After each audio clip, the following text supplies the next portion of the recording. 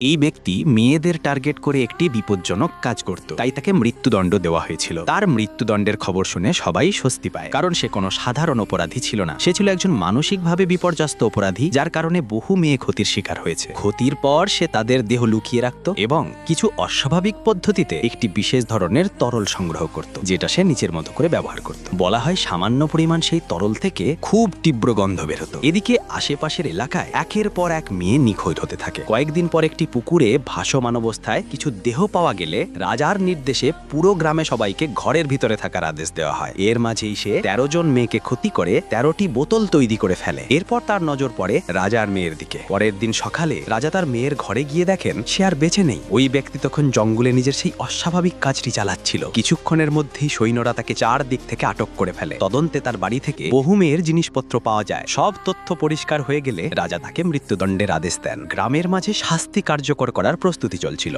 ঠিক সেই সময় সে চুপচাপ একটি বোতল থেকে কিছু সুগন্ধি রুমালে ছিটিয়ে চারিদিকে নাড়তে থাকে। মুহূর্তের মধ্যেই চারপাশের মানুষদের আচরণ অস্বাভাবিক হয়ে যায়, যেন সবাই কারো প্রতি গভীর ভালোবাসা অনুভব করতে শুরু করেছে। সে যে সুগন্ধি ব্যবহার করেছিল সেটা বিভিন্ন মেয়ের সুগন্ধির মিশ্রণ ছিল বলে ধারণা করা হয়। সেই গন্ধ ছড়িয়ে পড়তেই সবাই একে অপরের প্রতি কোমল আচরণ করতে শুরু করে। এই পরিস্থিতির সুযোগ নিয়ে সে সেখান থেকে পালিয়ে যায় এবং শাস্তি এড়াতে